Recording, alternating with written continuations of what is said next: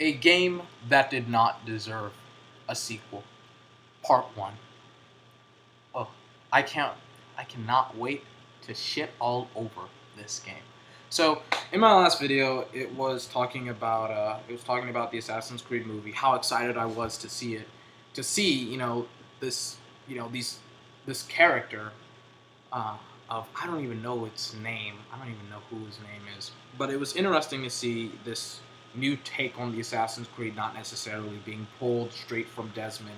But it was also very interesting to see uh, this stunt, the stunt double, put his body and his life on the line for this one part of the movie. And I don't even know if it occurred to him like how important it was, but the leap of faith is like one of the most iconic things about the Assassin's Creed universe. And in fact, it's something kind of unique to it as well. But to see him put his life on the line for this one, for this one part of the movie was fantastic.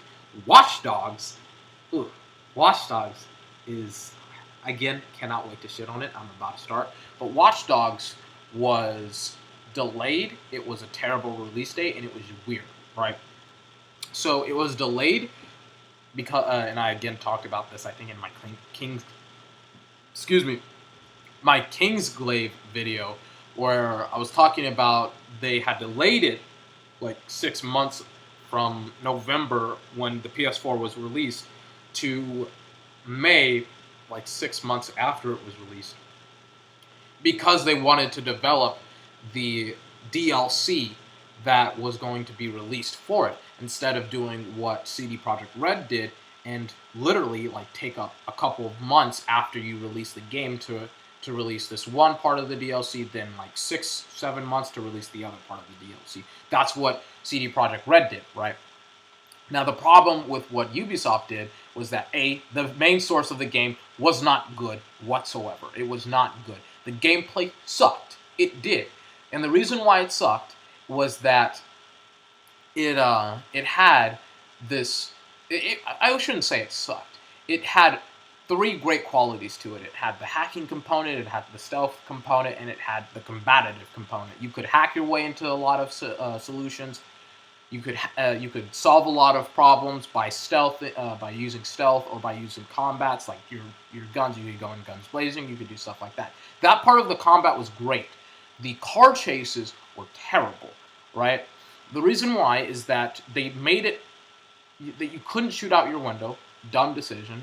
It doesn't make any sense, right, for Aiden to be able to just pop shots off like he's frickin' Rambo, and then get into a car and just tap his frickin' phone to try and burst water or steam pipes and do these. And what was it? It was turning all of the lights on green for stoplights, and it was terrible. The gameplay was not good. Like, the three aspects that I gave you examples of were really the only redeeming parts of the actual gameplay. The story was terrible, right?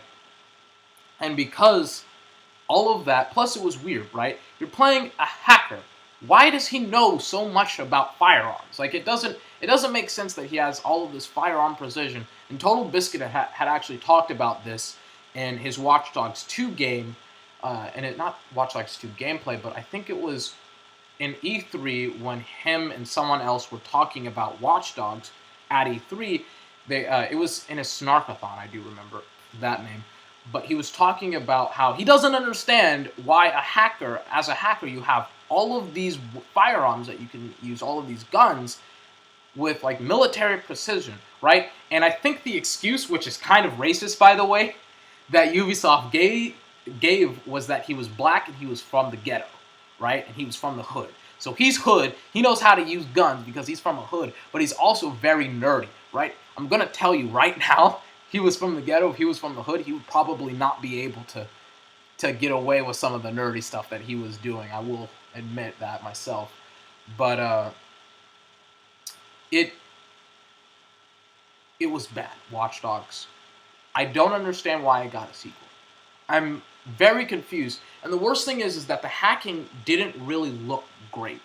it didn't look very entertaining. It didn't look mechanically difficult or mechanically unique, right? It was literally the same crap that I had a problem with in the last game. You press and hold square, and boom, hacks go off, and they have these created, or these what is it?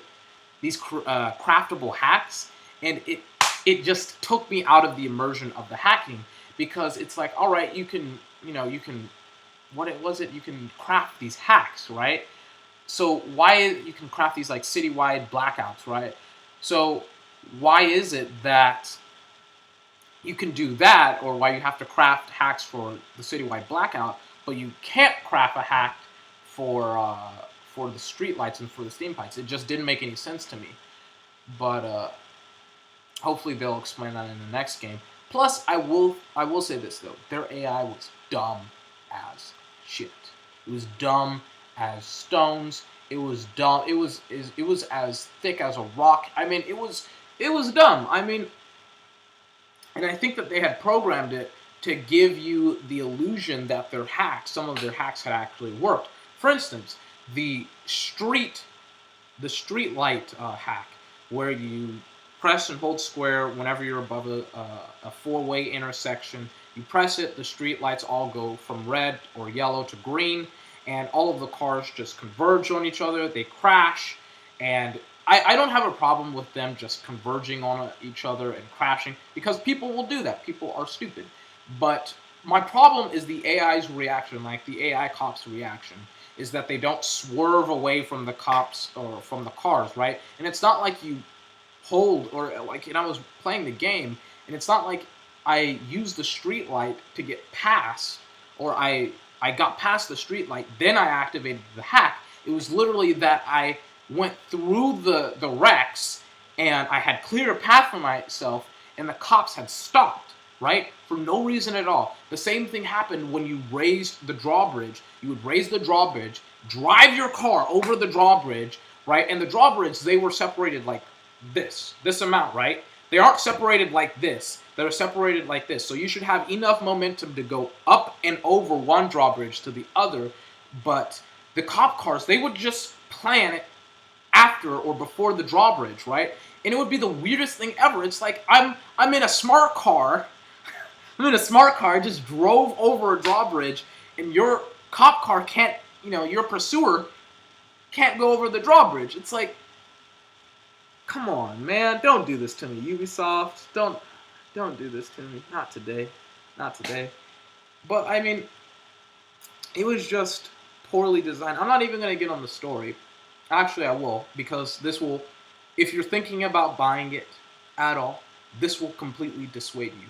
So the whole Aiden Pierce aspect and the story of his was that he was getting revenge on the guy that had killed his niece, right? Because he had hacked what was it? He had hacked a bunch of rich people's bank accounts, right? And he had stumbled across the mayor killing his girlfriend or a mistress or whatever, right? So the video itself was used by the mafia of the city, and it was Chicago. It was like the mafia of Chicago, to blackmail the mayor to be able to do whatever they had wanted, right? That's not the problem that I have. You don't see the video. Aiden doesn't see the video, right? So Aiden doesn't see the video. They put a hit on him to try and kill him, so that way he doesn't release the video, right? But he doesn't see the video. They know that he has seen snippets of it, but and this is where the story gets really dumb, but they know that he's seen snippets of the video. They don't know how much of the video he's actually seen, right? And it's like, this is the dumbest story ever. When you get to that point where you're like, I didn't see the video, and you killed my niece over this bullcrap, and you get to see your progress. You get to see how many missions are left in the game, and I think I had like 1 to 2 more missions left in the game, and I was like, I don't want to play this game anymore. I'm completely unmotivated because of the logic of the story. It doesn't make any sense that they would just randomly kill his niece because he saw snippets of the video. Like, you couldn't even make out what was going on in the video, and that's what they decided to do. They were just like, we gotta kill him. We gotta kill him now. And it was terrible. It sucked. That story sucked. Plus, I thought the gameplay was going to be a lot better. I thought that the hacking was going to be a lot better. I thought that, like, in the E3 trailer, it looked like parkour was a main aspect of the game. It is not whatsoever, and it was just disappointing, to say the least. But that's part one. The second game that I will be talking about is Assassin's Creed Syndicate. Boy, I love shitting on that game so much. For those of you that have, for the one person that has been watching, and for the whatever, I'm tired, the newcomers that will hopefully eventually come, I will see you next time when I shit all over Assassin's Creed Unity.